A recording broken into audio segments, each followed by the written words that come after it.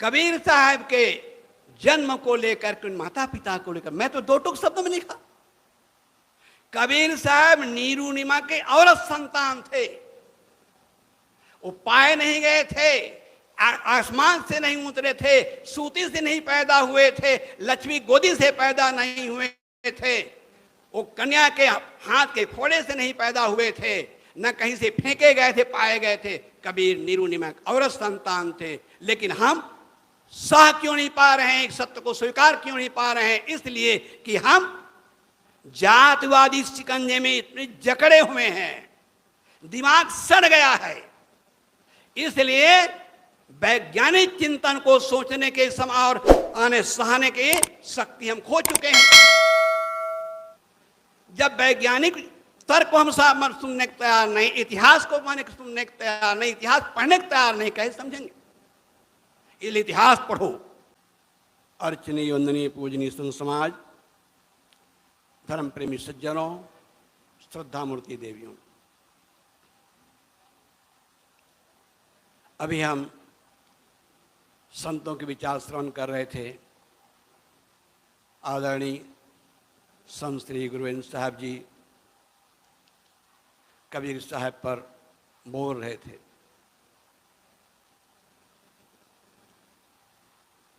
कबीर साहब पाए गए, ये बहुत दिन से सुनते आ रहे हैं, पाए गए पाए गए।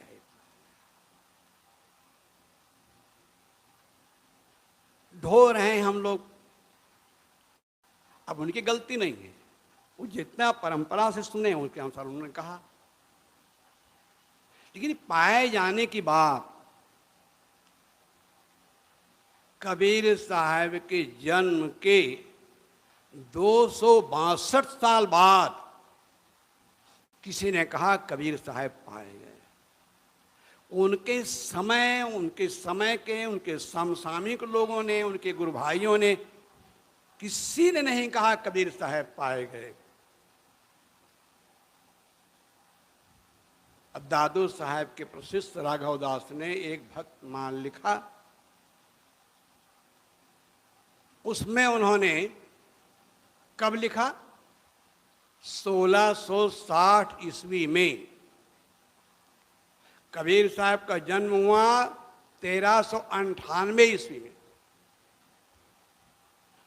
और 1660 ईस्वी में भक्तमाल में लिखा, पूरब मही प्रगट भयो जन कबीर निर्गुण भगत, काशी बाहर निकस कहो को जात जुलाहो, वृक्ष तेरे एक बाल पड़ोसो बोल बुलाहो, ताको घर ले गए सौ तिरिया को दिन हो, ज्ञाति सकल बुलाए बहुत सौ तीन किन हो, बड़े भय रामई भजे काहू सो नाही डरत, पूरब मही प्रगट भय जन कबीर निर्गुण। सज्जनों, पाए जाने के सबसे पहली कहानी किसी ने लिखी है तो राघव दास, और कबीर साहब के जन्म के 262 वर्ष बाद। इसके बाद और भी बातें हैं। विधवा ब्राह्मणी के संतान विद्यालय, महाविद्यालय, विश्वविद्यालय में पढ़ाई जा रही है, हम चुपचाप सुनते चले जा रहे हैं।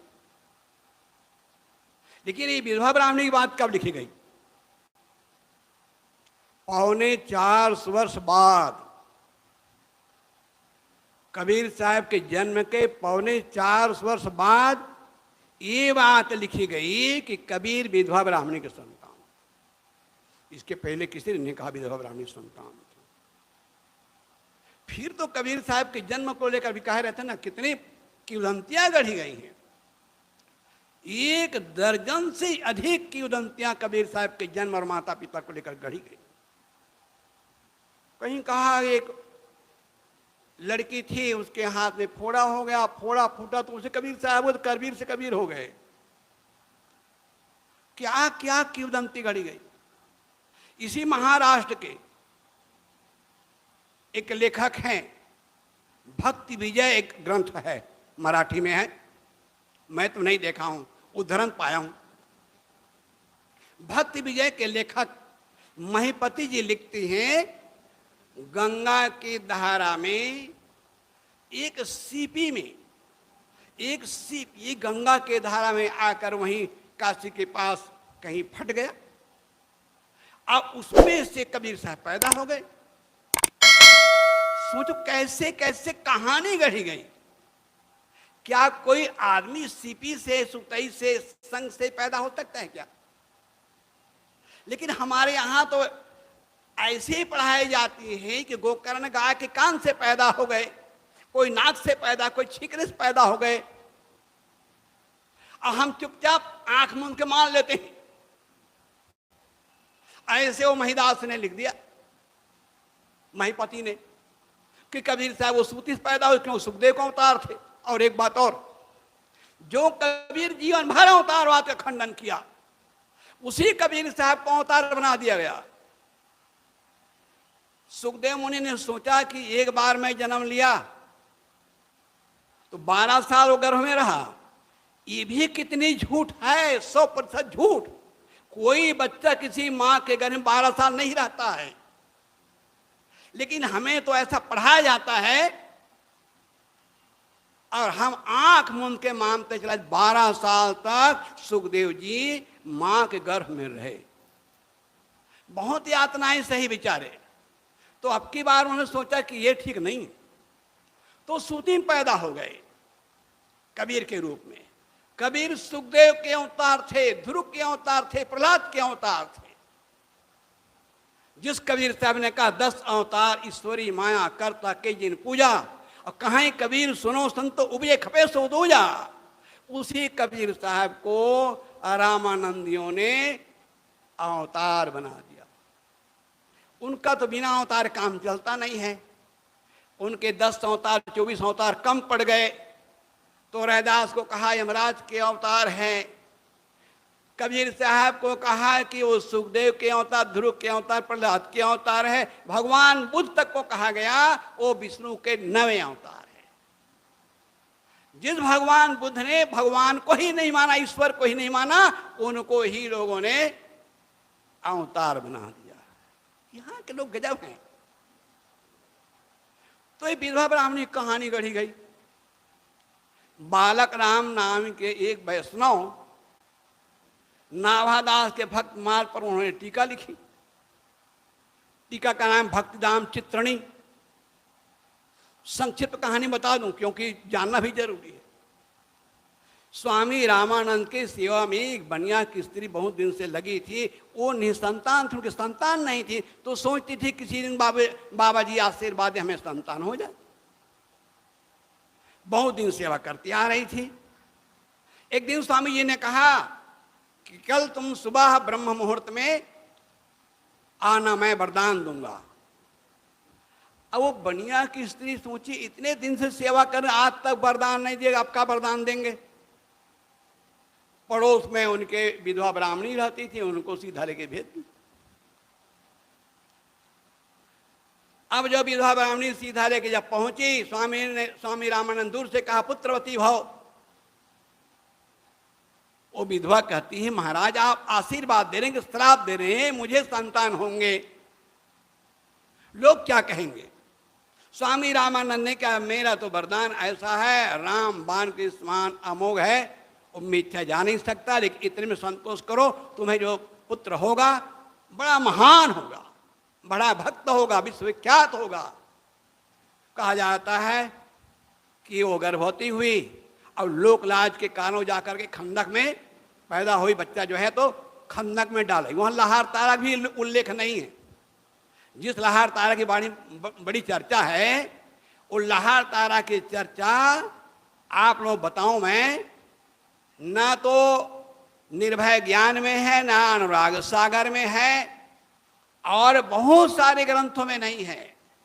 20वीं शताब्दी ग्रंथों में लिखा गया कि अल्लाह तारा की चर्चा आती है।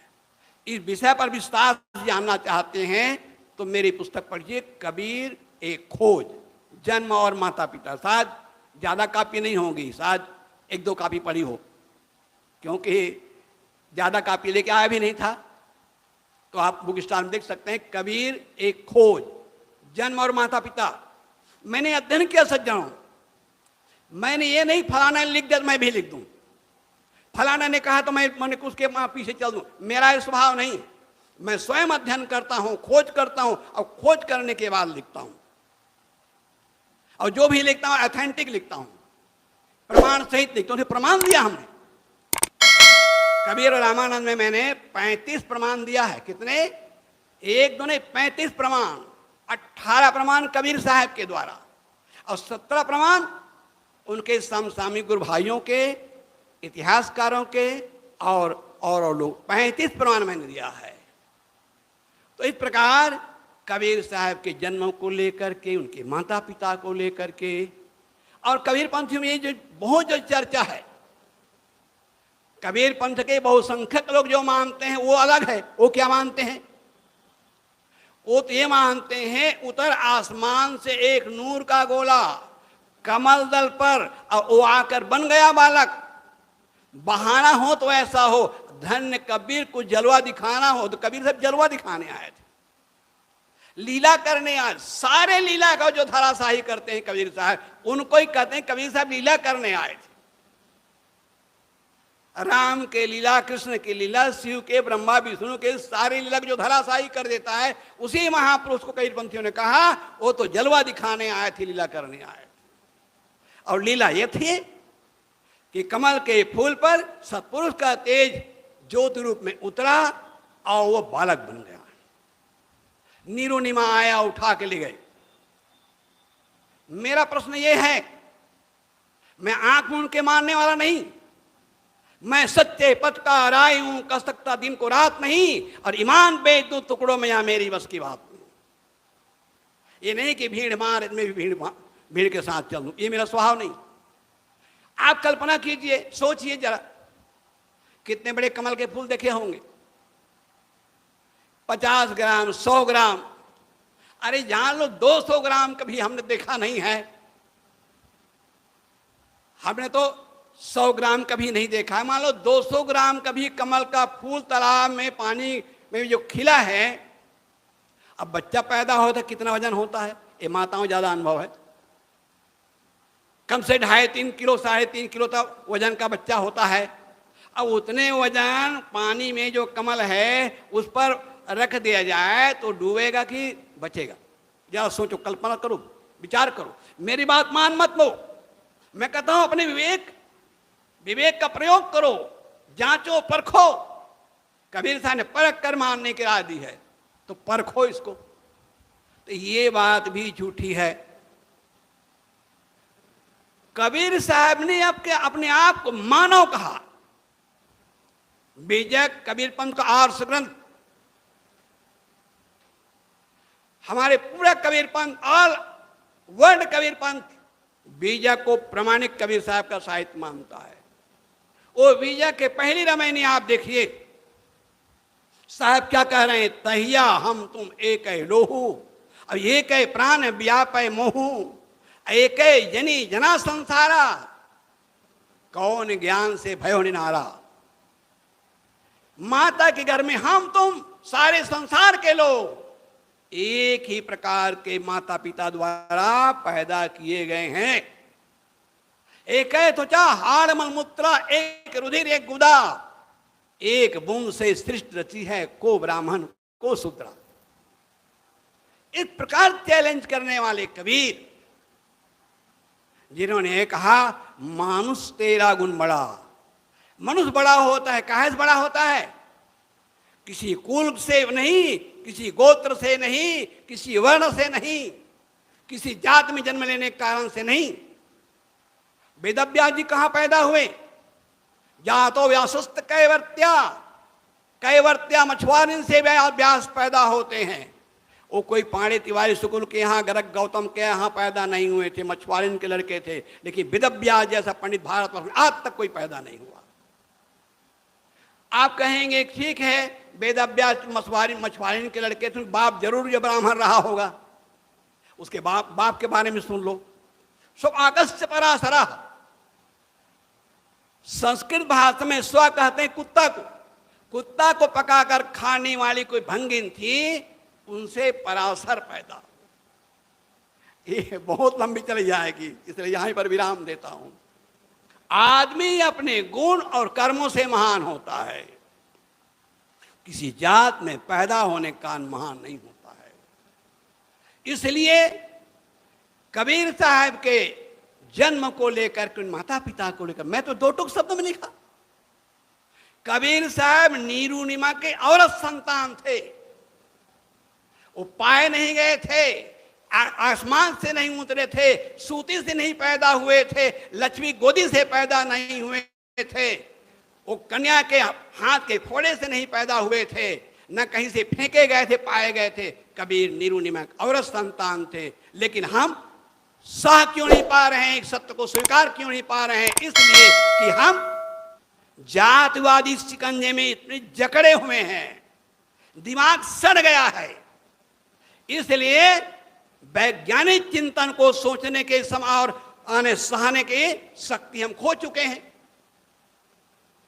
जब वैज्ञानिक तर्क को हम सुनने को तैयार नहीं, इतिहास को सुनने को तैयार नहीं, इतिहास पढ़ने को तैयार नहीं, कैसे समझेंगे? इसलिए इतिहास पढ़ो।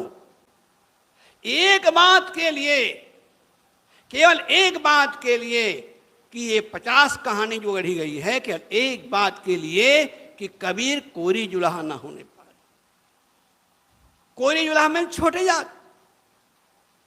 मैं यात्रा में था, ट्रेन में सफर कर रहा था, और हमारे रीवा क्षेत्र में तो जातवाद इतना जकड़ा हुआ है, ब्राह्मणों का गढ़। मुझे ऐसा लगता है कम से कम नहीं तो 40% ब्राह्मण होंगे। रीवा क्षेत्र में जितना ब्राह्मण है उतना कहीं नहीं मिलेंगे आपको। उस ब्राह्मणों के गढ़ में एक बार मैं यात्रा कर रहा था, एक पंडित जी मिल गए, पूछ बैठे किस पंथ के हो, किस संप्रदाय? मैंने कहा कबीर पंथ। जैसे कबीर का नाम लिया, ऐसा नाग भाव सिकोड़ा उसने, कहा वो कबीर वो जुलाहा। इतनी घृणा। मैंने सज्जनों ईंट का जवाब पत्थर से दिया। मैंने कहा पंडित जी वो कबीर जुलाहा नहीं होते ना, ठंडी के दिनों में ठिठुर के मर जाते। उसने चादर बुना, उसने कंबल तैयार किया, तुम्हारे मां बहन की इज्जत ढका। वो जुलाहा कबीर नहीं होते तो तुम्हारे मां बहन नंगी घूमती। जब फटकारा मैंने, काफी दूर तक साथ में गिरा, एक शब्द नहीं बोला। हमने श्रमिकों का श्रम का शोषण किया, दोहन किया, लेकिन उनको अछूत कहा। चमार से हमने जूता बनवाया, जूता पहन के बड़े अकड़ के चलते, कहे तुम दूर रहो। धोबी से कपड़ा धुला लिया, प्रेस करवा लिया, बड़े ठाट के साथ चलते हैं, धोबी के दूर रहो। गरीबों से खेत में, मिल में, दफ्तर में काम करवाया, कोठी में अनाज भरवाया, तब तक अछूत नहीं रहा। जब कोठी में अनाज भर के तुम अलग दूर रहो, दूर रहो। कुम्हार से हमने घड़ा लिया, बढ़िया ठंडा पानी पिया, भोजन बनाया, कहा कुम्हार दूर रहो। ये देश की दशा है। इसलिए एक बात के लिए कि कबीर कोरी जुलाहा ना होने पाए, इसलिए सबसे पहले कबीर का ब्राह्मणीकरण किया गया। हमारे कबीर पंथ के 3 मूर्धन विद्वान, मैं नाम लेना चाहता हूं, मुझे कोई संकोच नहीं है। कबीर जागू मठ के एक संत श्री शंकर साहब जी ने एक पुस्तक लिखी, बड़े मुश्किल से मिला, खोजने के जब लग जाता हूं मैं खोज निकालता हूं। तो शंकर साहब ने लिखा कबीर साहब के माता पिता ब्राह्मण ब्राह्मणी थे, और छोटे मोटे ब्राह्मण नहीं थे, अरमा शर्मा, शुक्ला ब्राह्मण थे। पिता का नाम दिवाकर दत्त था, शुक्ला ब्राह्मण थे। दूसरे विद्वान संस्कृत के प्रकांड पंडित, सूरत में उनका आश्रम रहा, ब्रह्मलीन मुनि, जिनके संस्कृत के निरुक्त विश्वविद्यालय में पढ़ाए जाते हैं, कबीर पंथ के प्रकांड विद्वान। कबीर चरित्र में लिखा कबीर साहब के माता पिता ब्राह्मण ब्राह्मणी थे। उसके पिछलग्गू वो लिवडी सौराष्ट्र वाले तपसे साहब, भारी भरकम पुस्तक कबीर सत प्रकाश, उसका उन्होंने अनुसरण किया, उन्होंने उसी को दोहरा दिया। कि कबीर साहब के माता पिता ब्राह्मण ब्राह्मणी थे। क्या केवल ब्राह्मण ही होने महान हो सकता है क्या? कोई जरूरी है? लेकिन ये सड़े गिले दिमाग वालों को आज हमारे सामने होते ना तो हम खुबेला ताड़ते, वो है नहीं, सब चले गए हैं।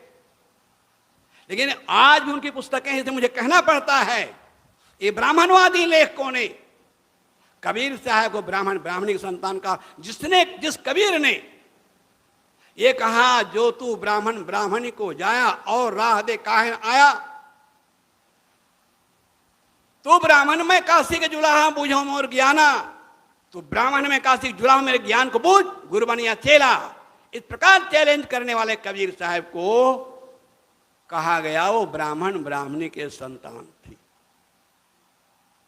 कबीर साहब के संग साथ में रहने वाले रैदास, सेन, पीपा, धना जो जीवन उनके साथ में रहे, इनमें से किसी ने नहीं कहा कि कबीर विधवा ब्राह्मणी के संतान थे, कि आसमान से उतरे थे, कहीं पाए गए थे, किसी ने नहीं कहा। दादू साहब निर्गुण धारा के प्रसिद्ध संत गुरु ग्रंथ साहब में, सिखों के गुरु ग्रंथ साहब में कहीं नहीं कहा गया कि कबीर साहब कहीं से पाए गए थे। हम इतिहास अध्ययन नहीं करते हैं, मेरा अनुरोध है हम अध्ययन करें और निर्भय होकर के डंके के चोट पर कहें कबीर कबीर हैं। ये बात ये है, हमारे एक महात्मा ने कहा कबीर तो साख के वंशी छात्री थे, उसके ही बातों पर मुझे पुस्तक लिखनी पड़ी। मैं लिखने वाला नहीं था क्योंकि मैं कबीर रामायण में लिख चुका था। जब हमारे विद्वान संत सतकर साहब जी ने लिखा कबीर साहब इक्ष्वाक वंशु छत्री थे, साख के वंशी छत्री थे। जब पुणे में मैंने भाषण दिया, मैं उस कार्यक्रम के लिए मुझे बुलाया गया, मैं पटना में था, बिहार मेरा कार्यक्रम चल रहा था, फ्लाइट से मैं जो है पुणे आया और वहां मैंने बोला था तो मैंने सतकर साहब से कहा साहब जी कबीर साहब के संपूर्ण वाणियों में जितनी वाणी कबीर साहब के है, किसी भी रचना मुझे दिखा दे कबीर साहब ने अपने आप को हिंदू कहा हो, मुझे दिखा दे मैं मान लूंगा। कहा ये तो नहीं लिखा है। जब ये नहीं लिखा है तो तुम कौन होते हो साख के वंशी सूर्यवंशी कहने वाले? जिस कबीर साहब ने कहा ब्राह्मण क्षत्रिय वाणी तीनों कहा नहीं मानी। और इस प्रकार से तो अब उनके पुस्तक बाद में छपी। मैं कहा साहब जी अपना छाप दीजिए, कह रहे हैं अभी तो हम नहीं छाप पाएंगे। मेरी पुस्तक छप गई। अब उसके बाद अपने छापे तो आधा से ज्यादा अंश निकाल दिए उन्होंने। ऐसा लगता है, बता रहे थे परीक्षा साहब जी, कहे कि भाई सनात साहब हमारे छोटे गुरु भाई जरूर हैं, लेकिन जितना उनका अध्ययन है हम जानते हैं, आप अच्छा कुशल ये है कि सब निकाल दीजिए नहीं तो मामला गड़बड़ा जाएगा। मुझे लगता है डर के मारे सब निकाल डाला उसने, पुस्तक खड़बड़ा गया। मुझे दिया भेंट में, पुस्तक मेरे पास है। तो इस प्रकार से कहना चाहिए कबीर साहब के जन्म को लेकर के, माता पिता को लेकर ये तमाम बातें कही गई है। और अनुराग सागर वगैरह में भी कबीर साहब का ब्राह्मणीकरण वहां भी किया गया है। पूरब जन्म के ब्राह्मणी सेवा चूके मोर, ये तो शब्दावली में भी आया। यानी कुल मिला करके एक तो कबीर साहब का चमत्कारी रूप दिया गया। कबीर साहब पांच तो शरीर नहीं था, पानी से पैदा नहीं, श्वासा नहीं, शरीर अन्नहार करता नहीं, ताका नाम कबीर। आज मैं कबीर की यूटोपिया पर बोलने वाला था। सवेरे चर्चा हुई थी अटॉर्नी जी से कि आज मैं कबीर की यूटोपिया पर बोलूंगा, लेकिन प्रसंग आ गया तो मैं जो है मैं अपना प्रसंग छोड़ दिया, ये बीच में आ गया। यूटोपिया क्या है उस पर मैं समय लगे कल बोलूंगा। कबीर साहब यूटोपिया ब्राह्मण छद्दीन शूद्र वैश्वा मुगल पठान सैयद सिखवा अमरपुर देशवा, ये कबीर साहब यूटोपिया पर बोलने का मैंने विचार किया था, लेकिन बीच में दूसरी बात आ गई और इसलिए कहने का मैंने ये किया कि कबीर साहब के जन्म को लेकर के, माता पिता को लेकर जो भ्रांतियां हैं, मेरा विद्वानों से यहाँ जो पाठक हैं उन लोगों से विनम्र निवेदन है, मेरी पुस्तक एक बार पढ़ लीजिए। ये नहीं कि स्नात 10 करा इसलिए मान लो, ये भी मैं जबरदस्ती नहीं कहना चाहता हूं। हमारे शास्त्रा, हमारे सदगुरु कबीर साहब अपने बारे में क्या परिचय दे रहे हैं। सनातन कोई मूल्य नहीं सज्जनों, हमारे शास्त्रा क्या कह रहे हैं, हमारी बात ना मानिए, लेकिन हमारे शास्त्र, हमारे सदगुरु कबीर साहब ने अपने बारे में क्या परिचय दे रहे हैं, उनके गुरु भाइयों ने क्या परिचय दिया है, इतिहासकारों ने क्या माना है, कम से कम इसका हमें अध्ययन जरूरी है। ज़्यादा कुछ न कहते हुए इसके समझने के लिए पुस्तक आप देखिए, कबीर एक खोज, जन्म और माता पिता।